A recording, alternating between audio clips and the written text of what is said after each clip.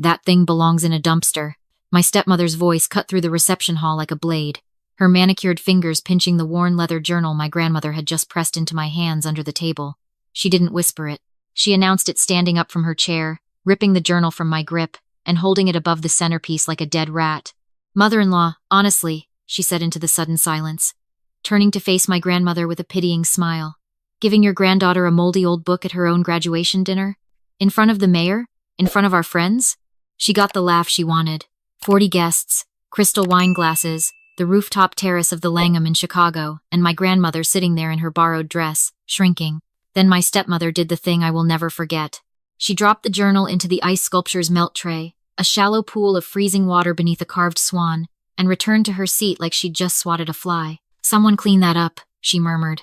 Nobody moved. I did. I reached into the ice water with both hands, soaking the sleeves of my graduation gown, and pulled the journal out. Water dripped across the white tablecloth. My stepmother rolled her eyes. My father stared at his wine glass and said nothing. He never said anything.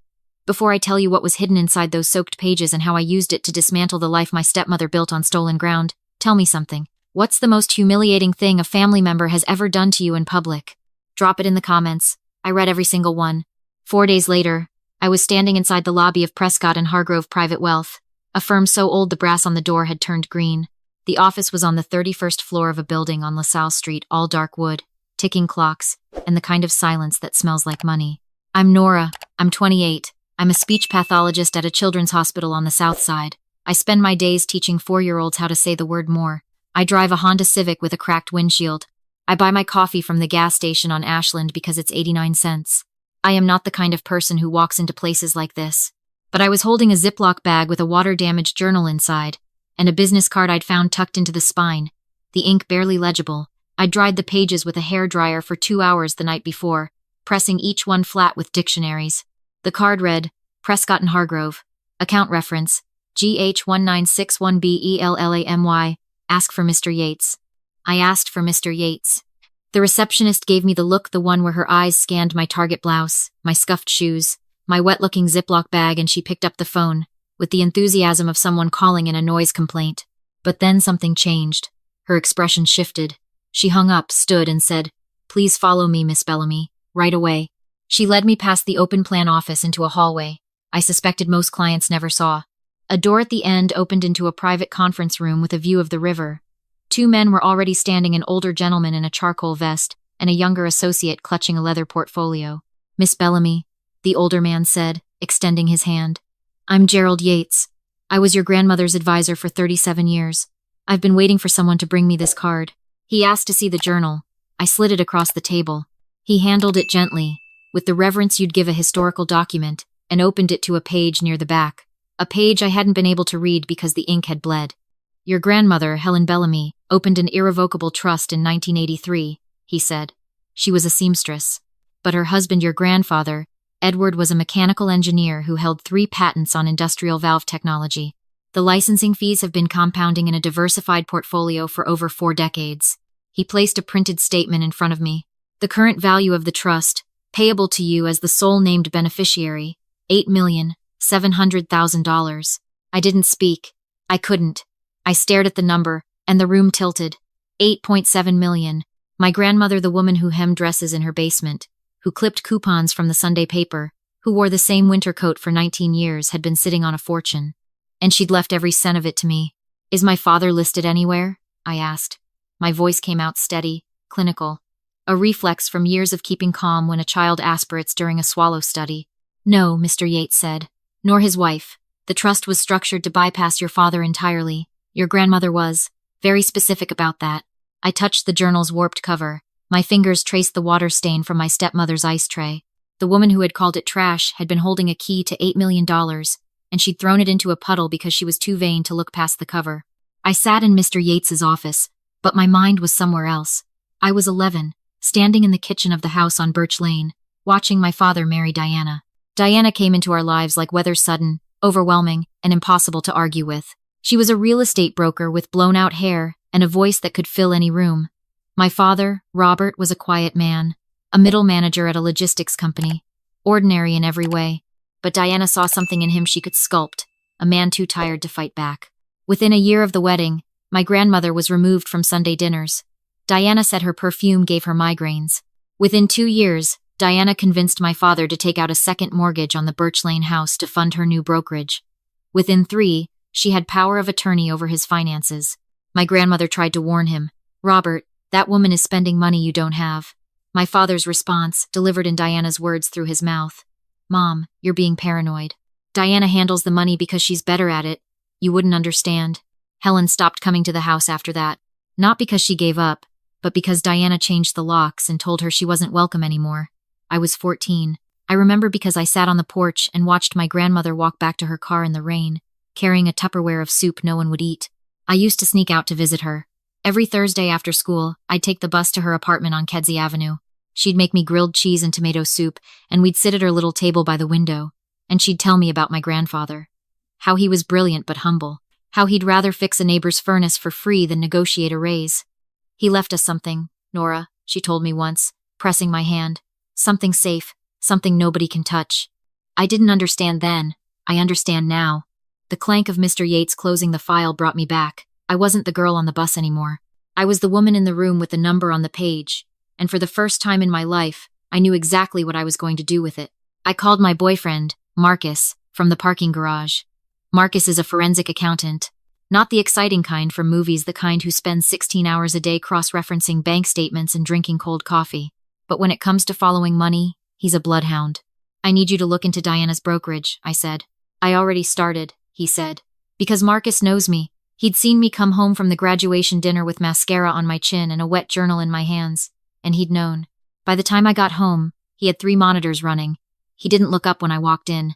He just pointed at the screen. "She's leveraged to the ceiling," he said.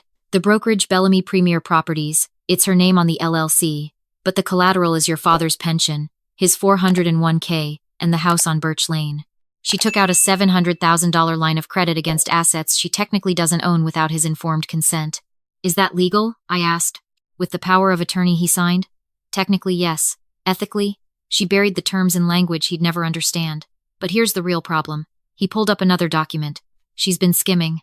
12 to 15,000 a month, routed through a shell company called Belmont Design Consulting. There's no consulting. There's no design. It's a funnel. She's draining the brokerage to fund personal expenses, the Mercedes, the country club, the renovation on the lake house. The business is 90 days from insolvency." I stared at the screen. The woman who had humiliated my grandmother at a dinner table, who had called her gift garbage, who had exiled her from her own son's life, was broke. Not just broke, drowning. And she didn't know anyone had noticed. My phone rang. I looked at the screen. "Dad." I almost didn't answer. I let it ring 4 times. "Nora." His voice was thin, not cold, not commanding, just worn. "Diana wanted me to call. She said your grandmother may have left you the deed to the Kedzie apartment." "She did," I said carefully. "Well, Diana thinks we think it might be smart to sell it. The market is strong right now, and we could roll the proceeds into the family account. Diana says she can get top dollar. She knows every buyer in the neighborhood." There it was. Not my father's idea, his wife's hand moving his mouth. "I'm not selling Grandma's apartment, Dad." Silence. Then I heard a muffled voice in the background. "Diana, coaching him." He sighed. "Nora, don't be sentimental. That apartment is old. It needs work. You can't afford the maintenance on a therapist's salary." Speech pathologist. Whatever. The point is, Diana can handle it. She knows what she's doing. "Does she?" I said. The words left my mouth before I could stop them. Another silence. Longer this time. Then Diana's voice came on the line directly she'd taken the phone from him. "Nora, sweetheart, I'm trying to help your family here. Your grandmother left a mess, and someone needs to clean it up. I'm offering to do that for free, out of love." Out of love. The same love that threw a dead woman's journal into an ice tray. Helen had died 7 months before the graduation dinner. Diana had waited until a public event to discard the last thing she'd ever given me. "I'll think about it," I said, and hung up. Marcus looked at me.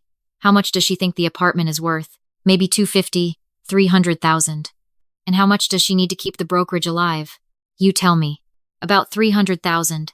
He leaned back. "She's not asking you to sell. She's asking you to bail her out. And she's planning to do it without ever telling you the money went into her debt."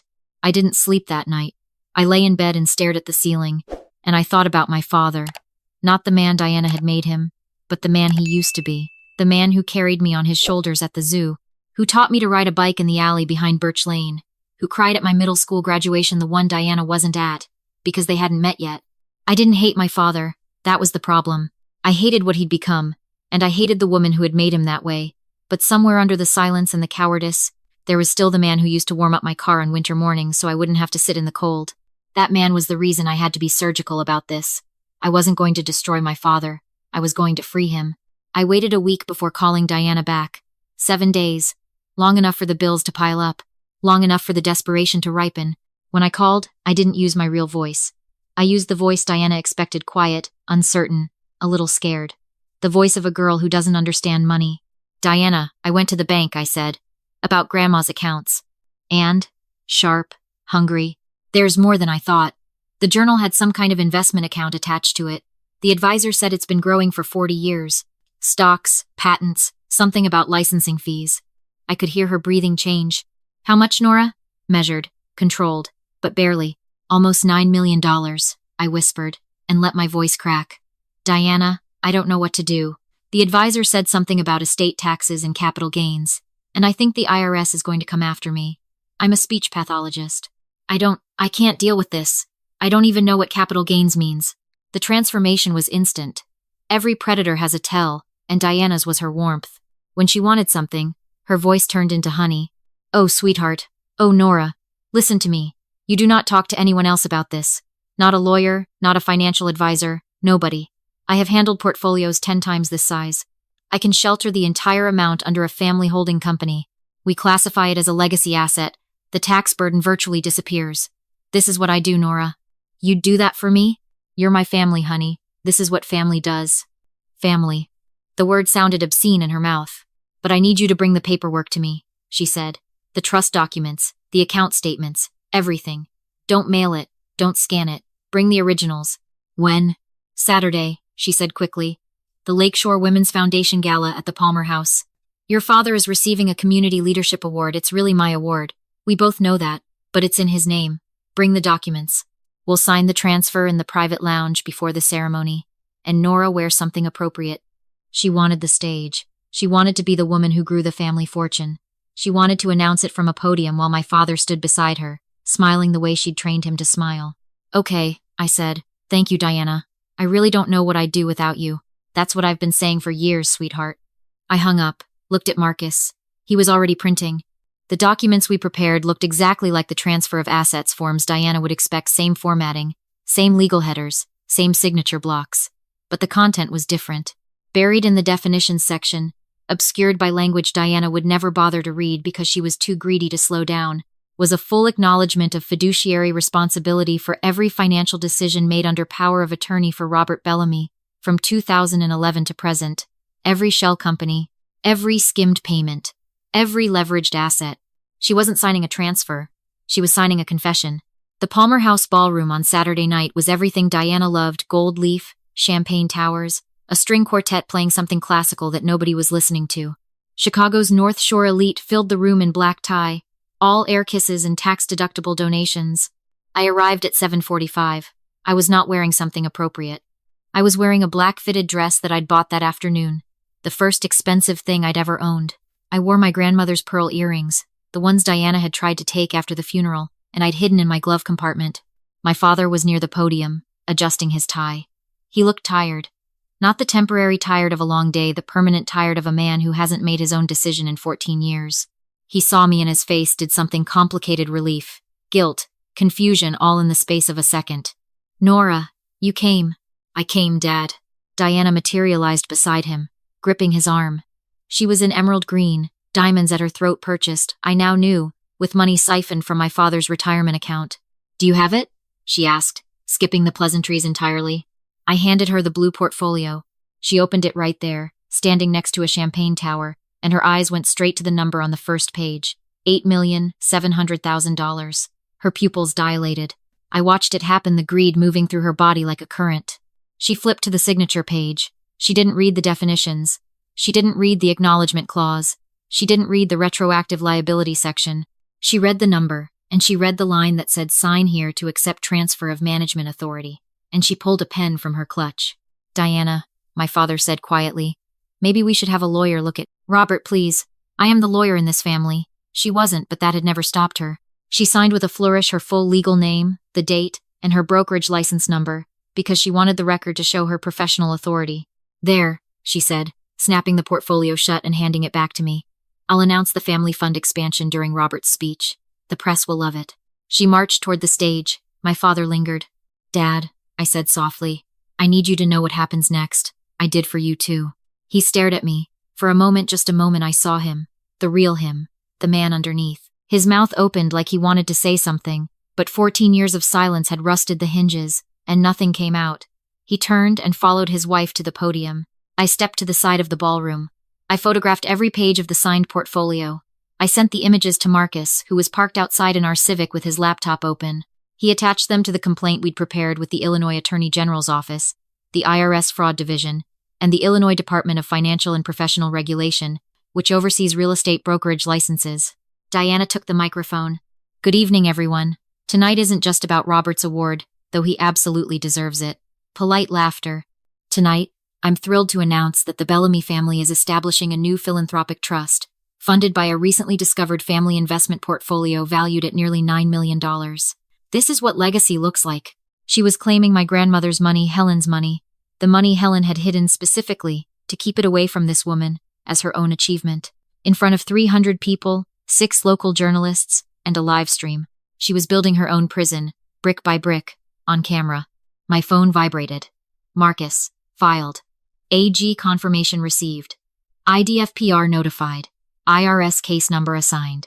I looked at the stage. Diana was glowing. My father stood 2 steps behind her, clapping on cue, his eyes vacant.